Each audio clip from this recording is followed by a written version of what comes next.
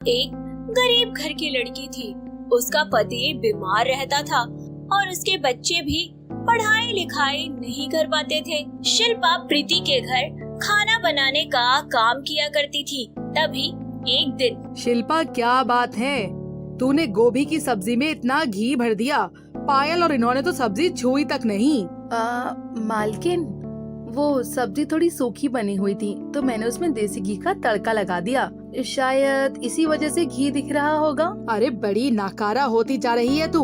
ना ही अब तेरे हाथों में अब वो पहले जैसा स्वाद है। बिल्कुल अच्छा खाना नहीं बनाती तू। ऐसे ही चलता रहा तो तुझे तेरे काम से निकाल दूंगी। नहीं मालकिन, मुझे काम से मत निकालिएगा। मेरे बच्चे और मेरे पति भूखे मर जाएंगे। हाँ तो मैंने उनका ठेका नहीं लिया। मुझे अब कोई शिकायत मिली तो तू कहीं और काम देख लियो फिर। यह सब प्रीति की सास कोकिला सुन लेती है।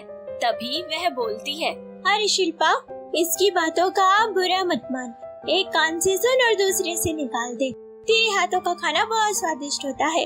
अभी बहू को बना बनाया मिल रहा है ना, तो इसके नखरे आसमान छू रहे हैं। जिस दिन तू नहीं आती ना बेटा, उस दिन सारा खाना बाहर से मंगवा लेती है। अच्छा सुन, आलू की सब्जी रखी है कल रात की। मेरे भतीजे की शादी थी, किसी ने सब्जी छुई तक नहीं। तू घर ले जा। और तू थोड़ा परेशान लग रही है। तेरे पति की तबीयत तो ठीक है ना? अभी तो कोई सुधार नहीं है। डॉक्टर ने उन्हें ठीक करने का बहुत खर्च बताया है। पता नहीं कौन सी बीमारी हो गई है, ठीक ही नहीं हो रही। अरे हो जाएगा ठीक, भगवान पे भरोसा रख। उसे अपने हाथों की दाल चावल खिला दे, देखिए दौड़ने लगेगा। अच्छा मैं चलती हूँ, काफी देर हो गई है। बच्चे भूखे, उनको खाना देती हूँ घर जाके। हाँ हाँ जा। सुन, कल आएगी ना तो दिन के खाने के लिए दाल चावल बना दियो।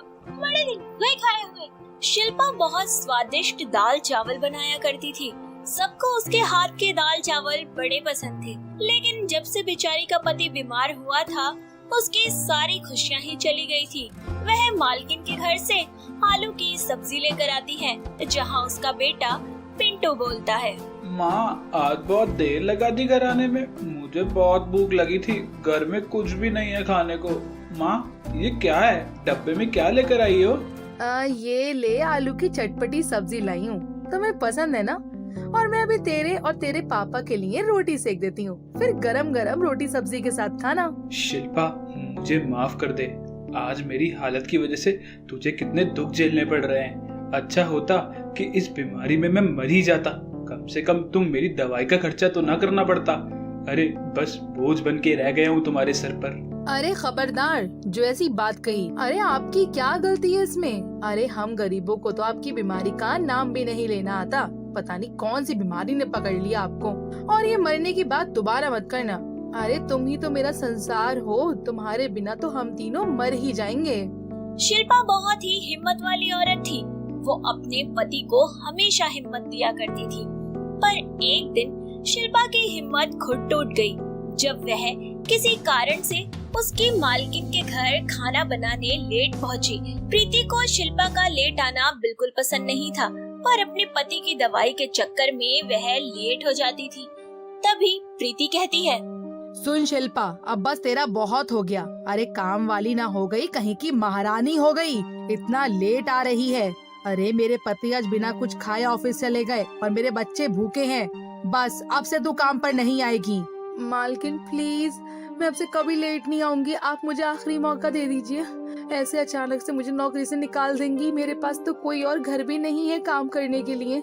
मेरा बहुत नुकसान हो जाएगा मालकिन। तभी वहाँ कोकिला आ जाती है और बोलती है, अरे बहू, एक बार सोच ले, शिल्पा बेचारी को कितने समय से तूने काम पे रखा हुआ है। अरे अचानक से तू उसे निकाल रही है। बेटा, इसका पति बीमार है, कुछ तो ख्याल कर। कहाँ जाएगी वो? माँ जी आप तो चुप रहिए। आपको ज्यादा पता है या मुझे पता है इस घर का? शिल्पा मैंने तुम्हारा हिसाब कर दिया है, ये तुम्हारे इस महीने का हिसाब। तुम ये रुपए लो और जाओ यहाँ से, कल से मत आना। शिल्पा रोती हुई घर चली जाती है और घर पहुंचकर वो अपने पति को सारी बात बताती है। वो भी सब सुनकर बड़ा परेशान हो जाता है। अचानक से शिल्पा को काम आखिर कौन देगा?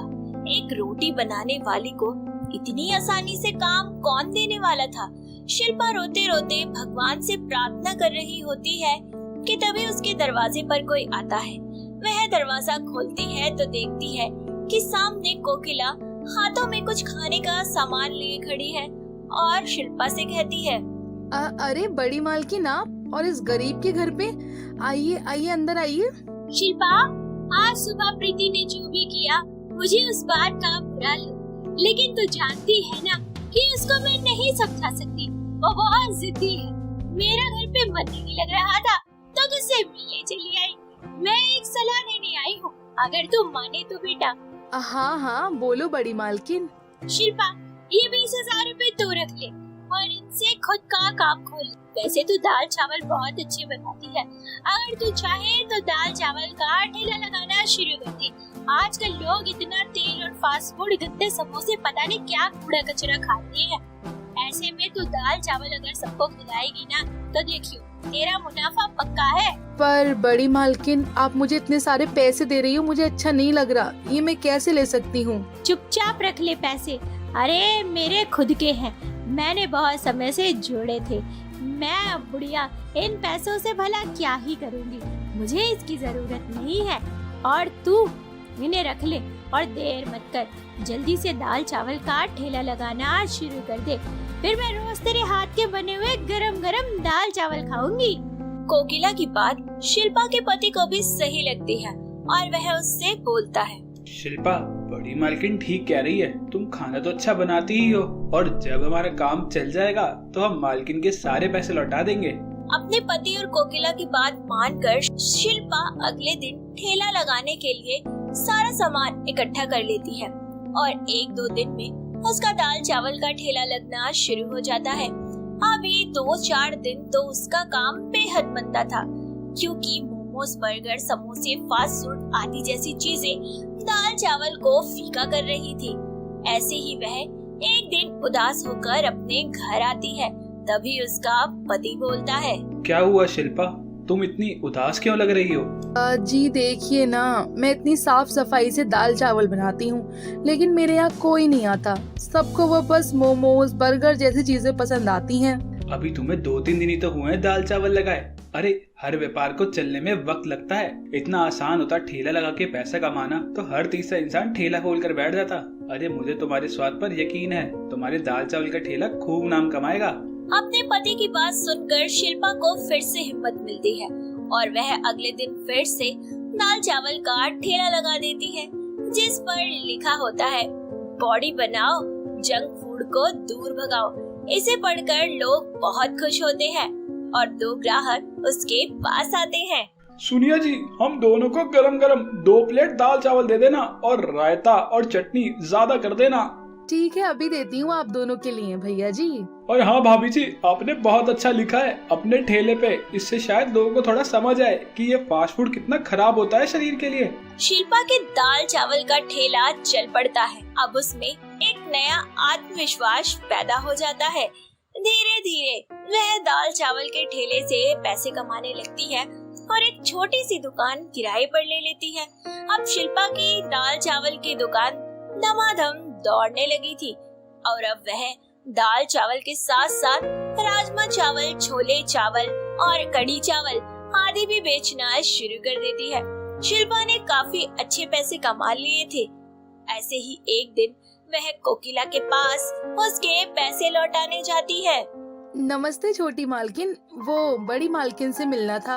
हाँ हाँ आओ, और मुझे माफ कर दो शिल्पा, मैंने तुम्हारी मजबूरी नहीं समझी थी, लेकिन आज मैं तुम्हारे लिए बहुत खुश हूँ कि तुमने अपने दम पर आज अपना नाम रोशन किया है। तभी वहाँ कोकिला आ जाती है और बोलती है, अरे शिल्पा, मैं तुझे ही याद कर रही थी। कैसी है बेटा, तेरा काम कैसा चल रहा है? माँ जी, आपके आशीर्वाद से मैंने अपना एक छोटा सा होटल खोल लिया है और मैं आपको आपके पैसे लौटाने आई हूँ। नहीं, इनको तू रख और अपने होटल पर जो भी ग्राहक आए उसे मुफ्त खाना खिला देना। इन पैसों से सदा सुखी रह मेरी बच्ची। कोकिला की बात सुनकर शिल्पा सबको मालकिन के दिए हुए पैसों में मुफ्त खाना बांट देती है और सब खुशी खुशी रहने लगते हैं।